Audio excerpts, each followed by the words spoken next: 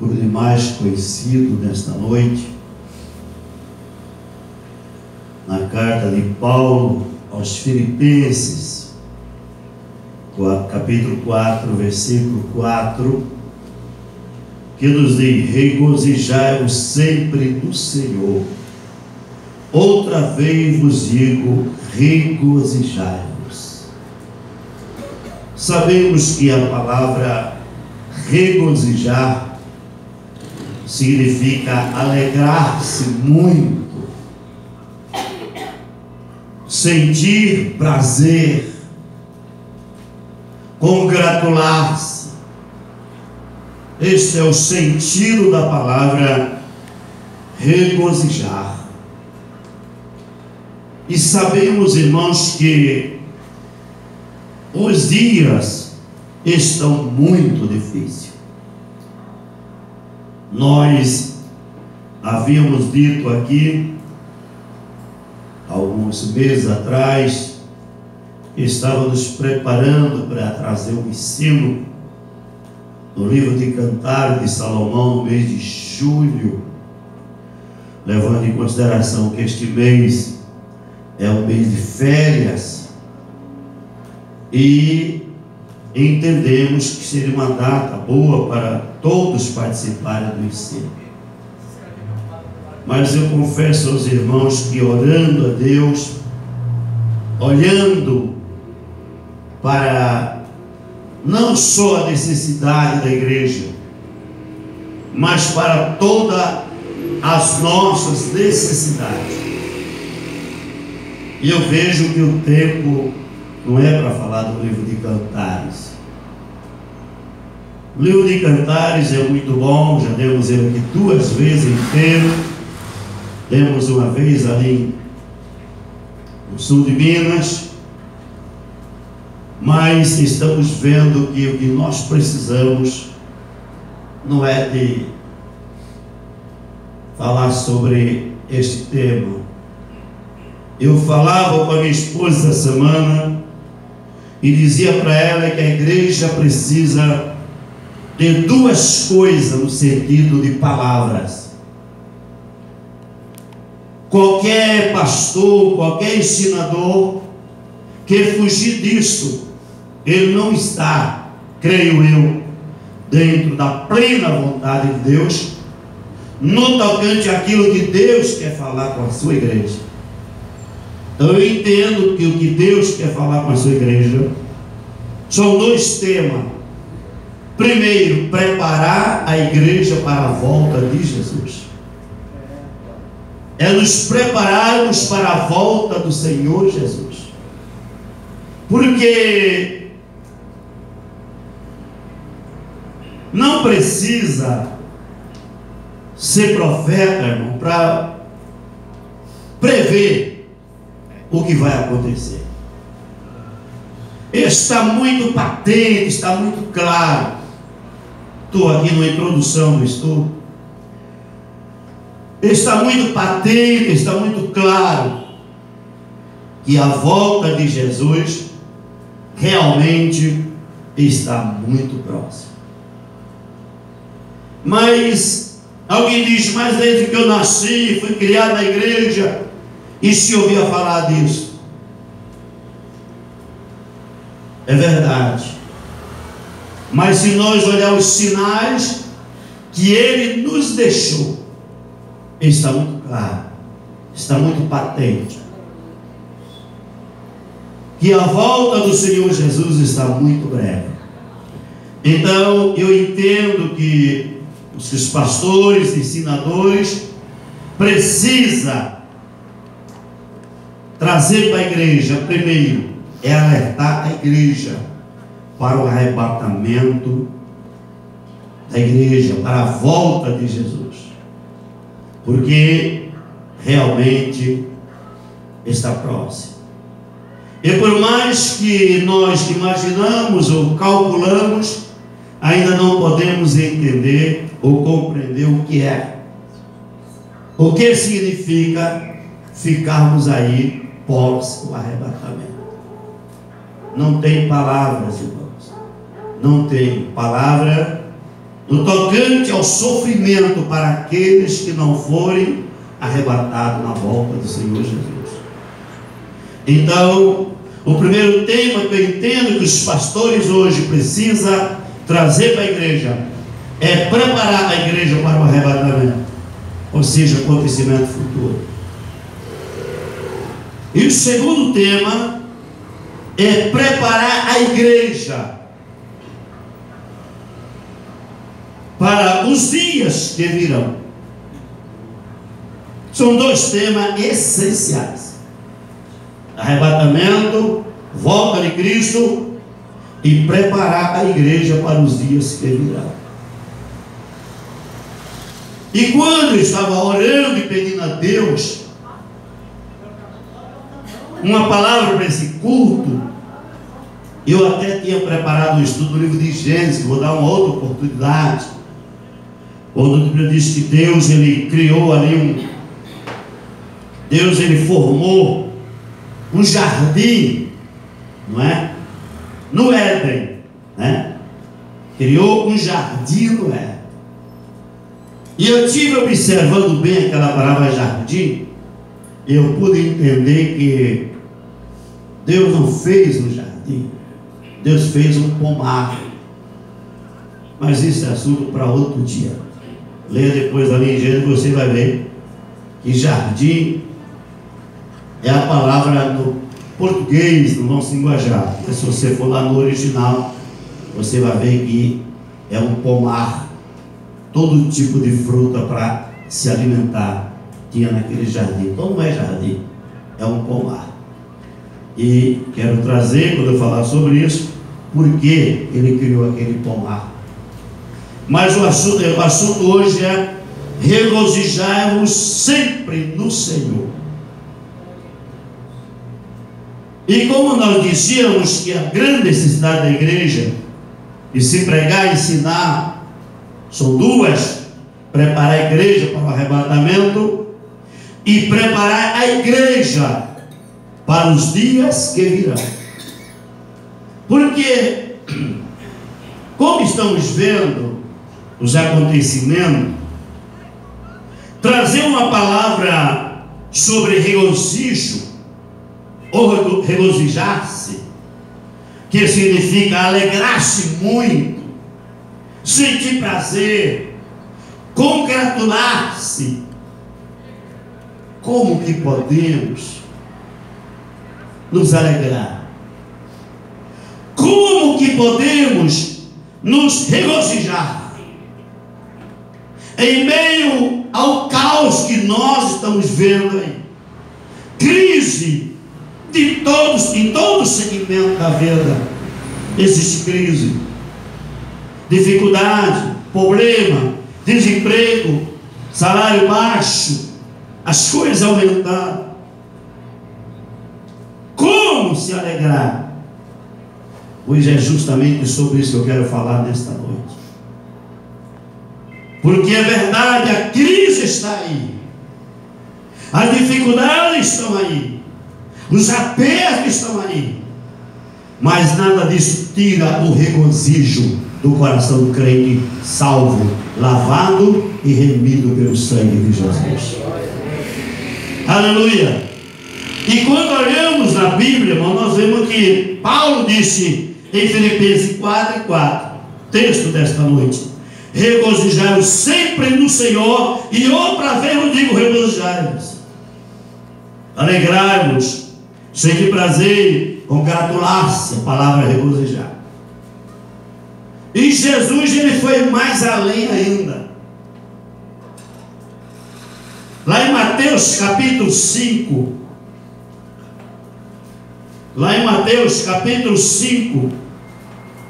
versículo 11 e 12,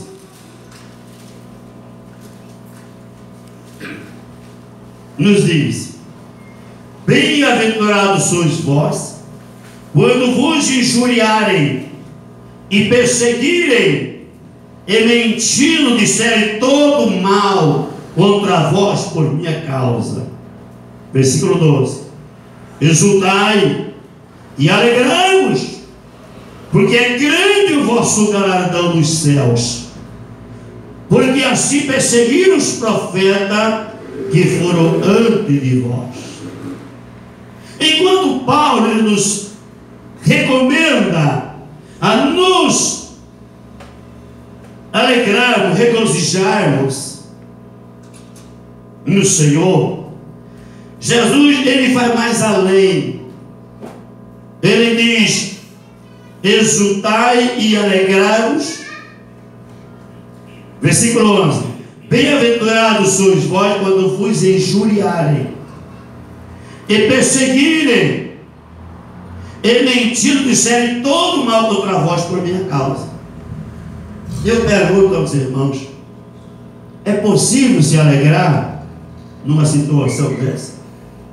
Em meio às perseguições, em meio aos levantes, em meio às calúnias, é possível se alegrar? Se Jesus disse: aleluia, que nós somos bem-aventurados, então é possível. É possível. Como também é possível nós nos regozijarmos na atual situação que estamos vivendo.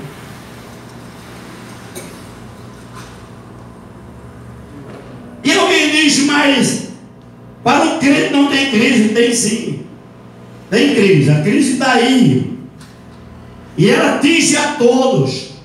Só uma diferença: quem tem Deus na vida, a crise não tira a alegria que está no seu coração. Aleluia, Jesus. A crise não tira a alegria do coração do crente. Aleluia. Aí o versículo 12 diz: exultai e alegrai, porque grande é o vosso galardão no céu. Então, quando nos perseguir, quando nos caluniar, quando levantar contra, devemos alegrar. Por quê? Porque a Bíblia diz que quando isso acontece, existe um galardão reservado para nós. E esse é o motivo da alegria. Esse é o motivo da alegria. Porque assim perseguiram os profetas que foram antes de vós. Mas vamos entrar no assunto. Como podemos nos regozijar? Esse é o assunto. O tema é regozijar-vos no Senhor. Para que goste de marcar o tema disso tudo, o tema é esse: regozijar-vos no Senhor. Mas como podemos nos regozijar nos dias atuais? Porque hoje, irmão, são duas coisas que estão tomando conta do coração de muitos crentes. Primeiro é a tristeza. Aliás, primeiro é o desânimo. Porque não é a tristeza que traz o desânimo, é o desânimo que traz a tristeza. Então, duas coisas estão tomando conta do coração de alguns crentes. Primeiro é o desânimo. Segundo é a tristeza. Alegria no coração dos crentes acabou. Você não vê mais crente feliz, alegre, glorificando a Deus, exultando o nome do Senhor. A tristeza tem tomado conta de muitos corações. Mas Paulo chega e diz assim: exultai, alegrai, regozijai-vos no Senhor. Se nós não tomarmos cuidado, irmão, nós fazemos igual o povo judeu lá em Babilônia. Aleluia. Quando ele estava em cativeiro e alguém dizia: canta o cântico do Senhor, ele dizia: como entoaremos o cântico do Senhor em terra estranha? Ele tinha razão de falar isso, por dois motivos. Primeiro, porque eles estavam em cativeiro. Segundo, porque eles estavam em terra estranha. Mas eu devo dizer uma coisa para você nesta noite: nós não estamos em cativeiro, nem estamos em terra estranha. Nós já saímos do cativeiro faz muito tempo. Nós saímos do cativeiro faz muito tempo. O nosso negócio é dizer, como diziam lá no Salmo: grande coisa venceu por este, por isso estamos alegres. O crente, meus irmãos queridos, ele não vive em cativeiro. Se alguém na terra liberto, ele chama-se crente lavado e remido pelo sangue de Jesus. Não vivemos mais em cativeiro, não. E nem vivemos em terra estranha. Glória a Deus. Porque Cristo disse: eles estão no mundo, mas eles não são do mundo. Nós já vivemos a atmosfera do céu aqui na terra. Crente salvo, ele vive a atmosfera do céu na terra. Aleluia, glória a Deus. Aleluia. Então, como podemos nos regozijar? Primeiramente,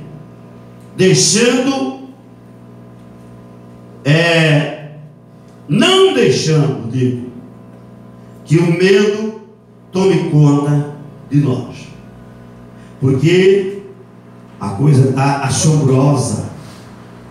A crise que o Brasil e o mundo está vivendo está assombrosa. E se nós não vigiarmos, o medo começa a tomar conta dos nossos corações. Lá em Filipenses capítulo 4, versículo 6, nos diz assim, olha, e você vai entender porque eu trago a palavra medo. Filipenses 4 e 6. Não estejais inquietos por coisa alguma, ante as vossas petições seja em tudo conhecida diante de Deus, pela oração e súplica, com ação, aleluia, de graça. Por que eu usei a palavra medo? Para não deixar que o medo tome conta. Porque essa palavra, não estejais inquieto, a palavra inquieto, ela lá no original, ela significa medo. E uma pessoa com medo, ele está inquieto. Uma pessoa com medo não está seguro, ele está inquieto. Então, no original grego, e o Novo Testamento foi escrito no grego, você vai encontrar a palavra medo. Não estejais com medo em por coisa alguma. E essa palavra coisa já presta tudo que você está vendo aí. E tem crente, irmão, que está igual Belsazar, batendo o joelho um no outro. Sabe por quê? O próprio versículo fala. Sabe por quê? Não estejais inquietos por coisa alguma, ante as vossas pessoas sejam em tudo conhecidas diante de Deus, pela oração e súplica, com ação de graça. Por que vivemos com tanto medo? Porque muitos de nós nos perdemos a paz. Porque a maioria dos crentes hoje não querem mais orar. E o que dá sustentação ao crente não é pregar, não é cantar, não é louvar, não é dançar no grito da liberdade, ou grito de esperança. O que dá sustentação ao crente é uma vida de oração e comunhão com Deus. Se ele vive uma vida de comunhão com Deus, ou seja, se todas as suas petições ela for conhecida diante de Deus, através de quê? De oração. Eu cantando, irmão, não levo as minhas petições diante do Senhor. Eu pregando não levo as minhas petições diante do Senhor. Mas Paulo diz assim: não esteja quieto por coisa alguma, ante vossas petições sejam em tudo conhecidas diante de Deus. De que maneira? Pela oração e súplica, com ação de graça. Oração, você já sabe o que é oração normal. Súplica, ou seja, é um gemido da alma. A melhor palavra que eu encontrei para explicar o que é súplica é uma alma gemendo nos pés do Senhor. Aleluia! É dizer: Senhor, tem misericórdia de mim, tem misericórdia da minha alma. É algo parecido com aquilo que Ana fez, que não se ouvia nada, apenas o nossos lábios se mexiam, era o clamor, era o gemido do Espírito, porque a crise está aí, mas se nós gemermos perto do Senhor, Ele vai aliviar o nosso fardo, e a vitória é certa em nome do Senhor. Mas não queremos orar, não queremos buscar, não queremos clamar. Se for, deixa o culto começar. Depois de começar, eu chego, porque eu não aguento, creio que eu não aguento 15 minutos de oração. Deixa eu ir. A verdade é essa. E eu já devo alertar-vos a todos nós: se não orarmos, não vamos vencer o que há de vir. Não vamos vencer o que há de vir. Então, o que deixa o medo, o que faz o crente ser inquieto, é a falta de vida de oração. Como diz aqui, pela oração e súplica com ação de graça. Que ação de graça? É já estar agradecendo a Deus antes que a bênção chegue, pela fé. Ora, suplica e já agradece pela vitória e pela bênção. Aleluia! Ele tem oração dizendo: eu sei em quem tenho crido, e Ele é poderoso para guardar o meu depósito até aquele dia. É confiança em Deus, e só tem confiança quem tem vida de oração.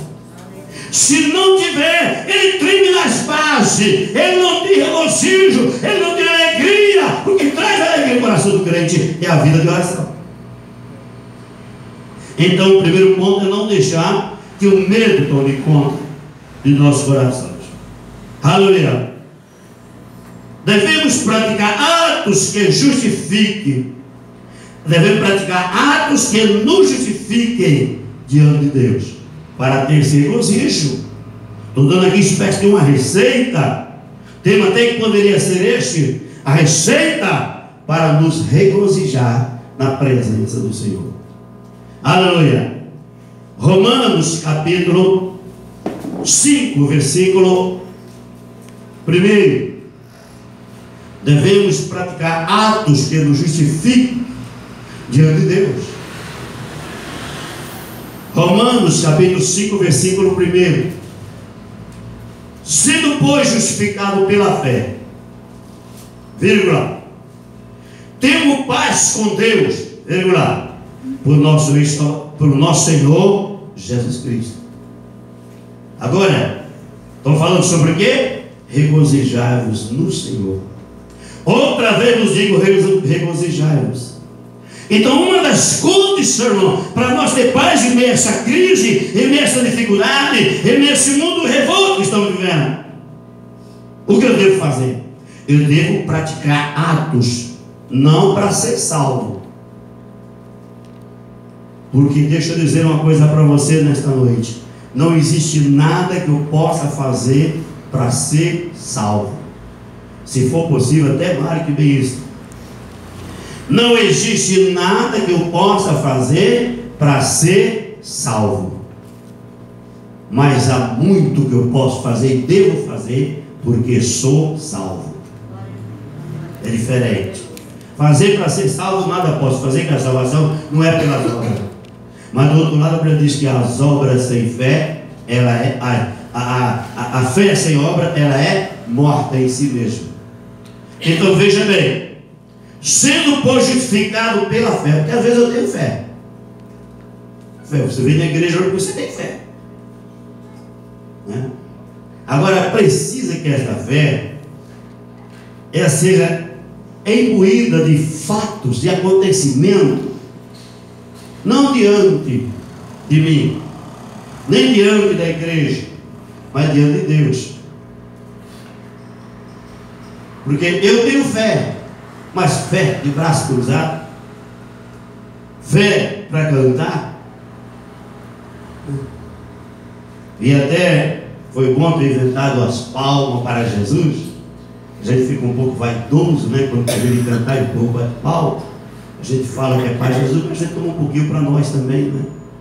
Isso é até bom, ajuda um pouco, né? Ajuda, levanta o nosso ego, né? Levanta o nosso ego, né? Palma para Jesus, você desce do feliz, é uma fé.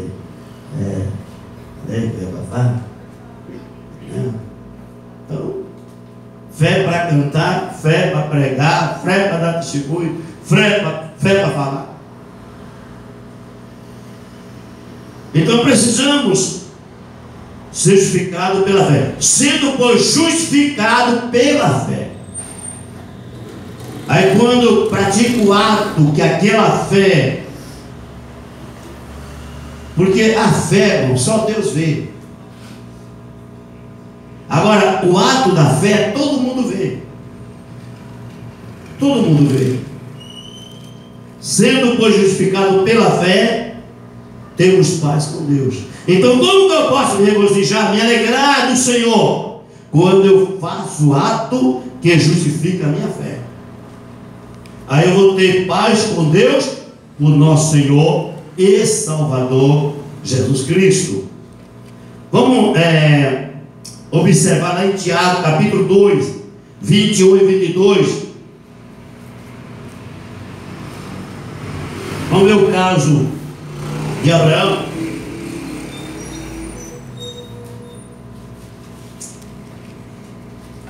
Tiago 2, 21 e 22.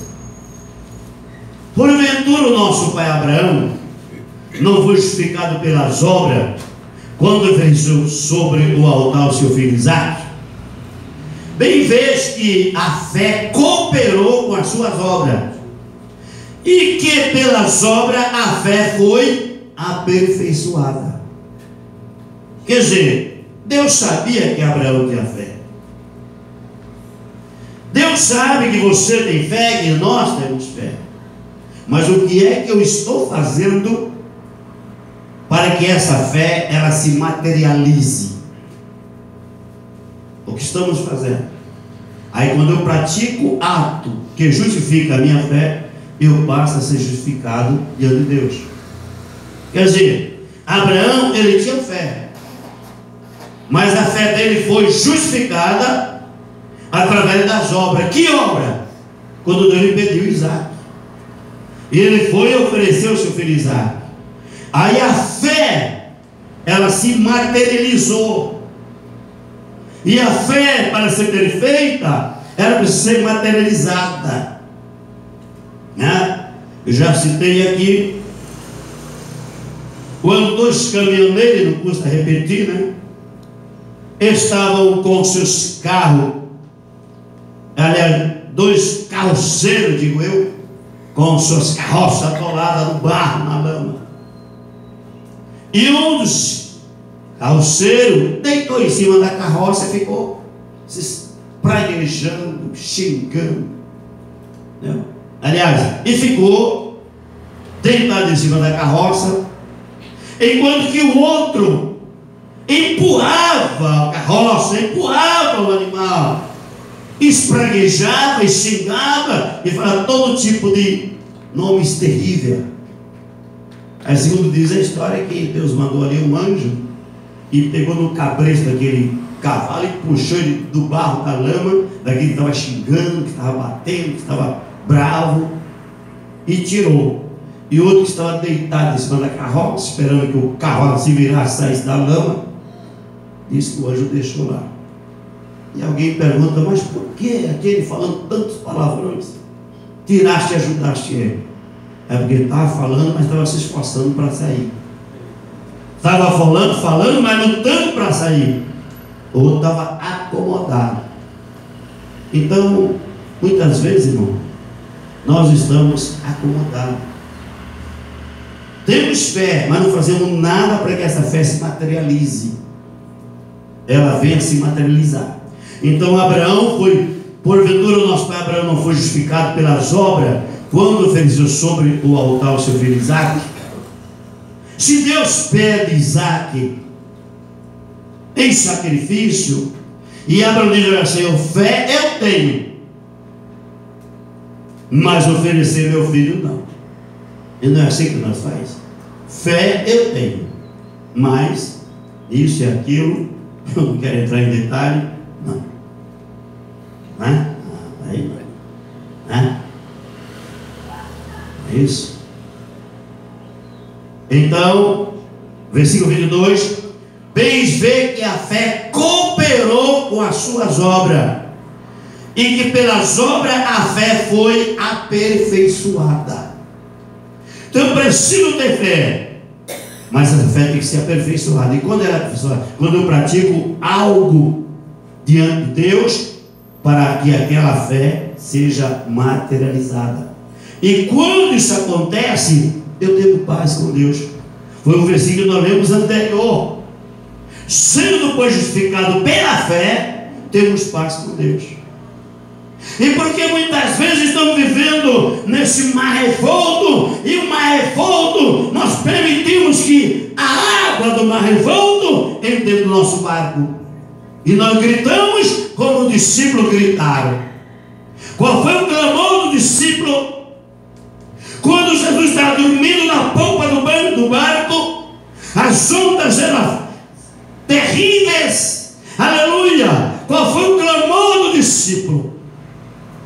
As ondas jogavam aquele barco. O barco, a Bíblia diz, o texto diz que quase o barco ia a pique. Qual foi o clamor do discípulo? O discípulo não disse para Jesus: mestre, nós estamos afundando. Ele não disse para Jesus: mestre, o barco vai afundar. O que os discípulos falaram para Jesus? Mestre, perecemos. Sabe o que significa perecer? Acabou. Comenda teu velório aí, Jesus, porque nós já estamos dando um jeitinho aí para parar o caixão. Isso é o significado da palavra perecemos. Leia depois em casa e você vai ver que o texto diz assim: mestre, perecemos. Ele não diz nós estamos perecendo, o barco está afundando, o barco vai afundando. Mestre, perece, prepara o teu caixão, porque eu aqui com o nosso aqui vamos dar um jeitinho, porque agora nós vamos para o fundo do mar. Já perece, não tem mais esperança. Não é assim que você está dizendo no meio da crise? Não é? Mas Paulo diz nessa noite, através do seu Espírito de Deus: regozijai-vos sempre no Senhor. Aleluia, glória a Deus. Então, meus irmãos queridos, aleluia, não importa a crise, não importa o que venha, se você estiver servindo ao Senhor fielmente, ao mar da água da vida não vai entrar no seu barco, não vai. E você vai dizer como eu disse: não, mestre, perecemos não. O barco está sendo agitado, as ondas estão grandes, mas eu confio no Senhor. Aleluia. Meus irmãos, glorifico a Deus pelas coisas que eu tenho. Ela nunca me trouxe uma palavra de desânimo. No meio da luta, no meio do caos, no meio da dificuldade, ela disse: Deus vai nos dar a vitória. Glória a Deus. Deus vai